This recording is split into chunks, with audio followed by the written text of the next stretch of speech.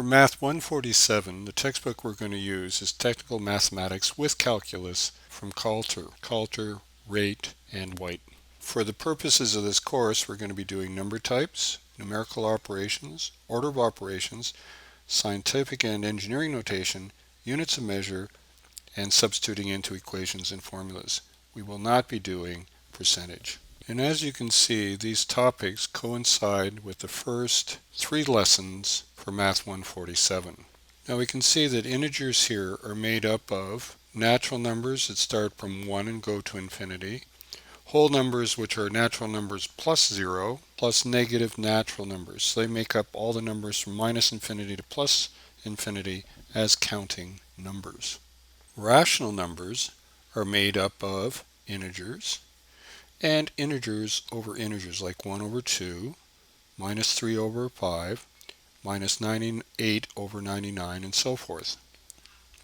Irrational numbers cannot be expressed as an integer over an integer.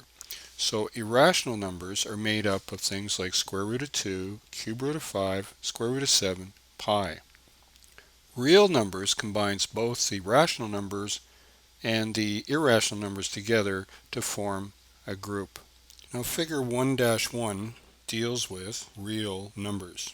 And real numbers are made up of integers such as 0 to negative infinity here, or 0 to positive infinity as counting numbers. It's also made up of rational numbers such as 5.6394, 9 over 2. This should be minus 1.75 and minus 7 over 2. These are our rational numbers. But it's also made up of irrational numbers such as pi, square root of 2, and negative square root of 30. Let's see what happens when we take a look at decimal position values. And this is based on power of 10.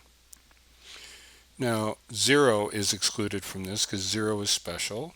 But when we start taking a look at 10 to the power of 0, so whether you have 10 to the 0, 7 to the 0, anything to the 0, that's going to always give you 1. But let's go up in powers of 10. So 10 to the 1 means 10. If we have 10 to the second power, that's 10 times 10. If we look at 10 to the 3, that means 10 times 10 times 10, which is 1,000. 10 to the 4th is units of 10,000. If we go down in powers of 10, and we say 10 to the minus 1, that's tenths. 10 to the minus 2, that's hundredths. The opposite of a number means that if you add a number to its opposite, you'll get a sum of 0. For instance, 2 is 2 units to the right, and if we add 2 units to the left and get 0. And this is done by 2 plus negative 2, which is the same thing as 2 minus 2, which gives you 0. Also, minus 6 is 6 units to the left of 0. Positive 6 is 6 units to the right of 0. So when we add these two, these balance and give us 0. Now there's symbols of equality and inequality. If you say A equals B, that means whatever number such as 3 that may be in A, B also has the same value. If you have A is not equal to B, this might be a 3, this might be a 5, which means A which contains 3 and B that contains 5, these numbers are not equal. If you have numbers like 3 here and 2, that means that A, which is 3, is greater than what's in B, which is 2. And I think you can see that if we put a 2 here and a 3 here, what's in A is 2 and what's in B is 3, or A is less than B because 2 is less than 3. And if you say this, you might have something like 1.999 might be almost the same as 2. Absolute value is given by what's in vertical bars. So if you have minus 3, the absolute value of minus 3 is positive 3. If you have 3 inside these vertical bars, that's equal to 3. So really what it's saying here, it's that the magnitude of the number defined as its distance from 0.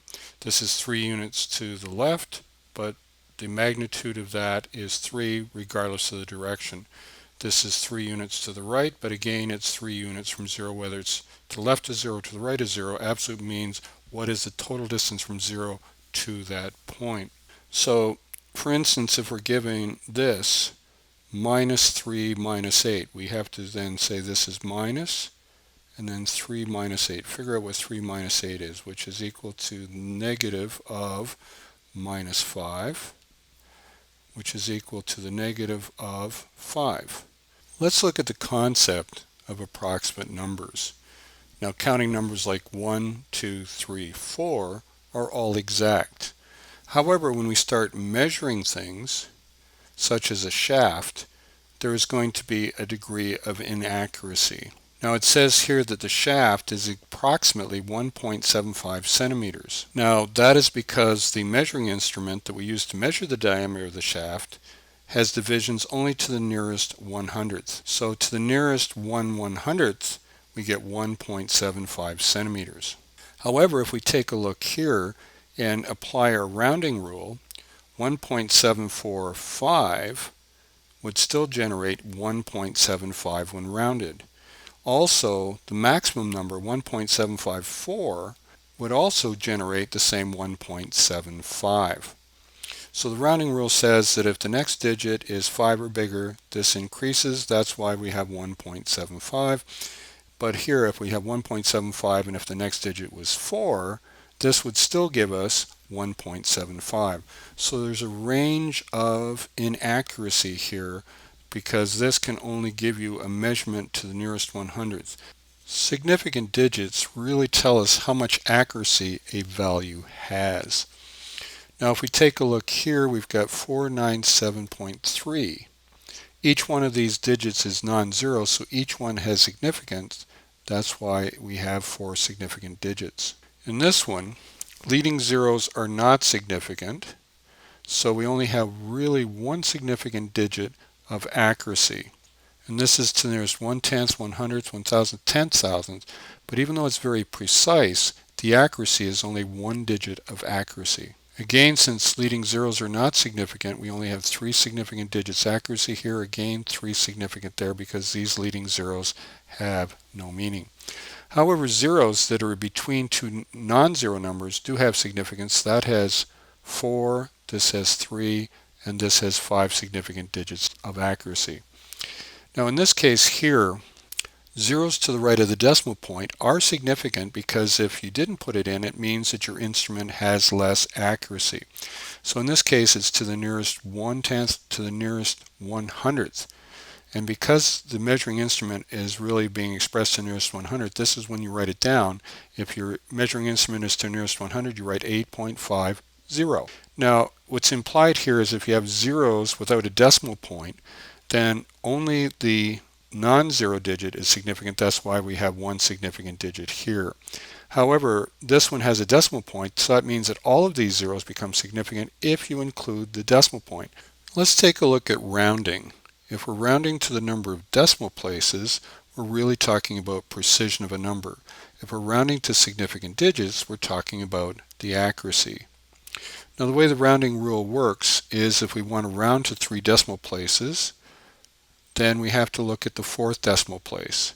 If the 4th decimal place is 5 or bigger, we increase that, but since 4 is not 5 or bigger, our number here is going to be 4.365. If we want to round to 3 significant digits, then we have to look at this number here. Number is 5 or bigger, that means this is going to be 4.37. So if we want to round this one to 3 decimal places, we have to look here. That's why we have 1.765.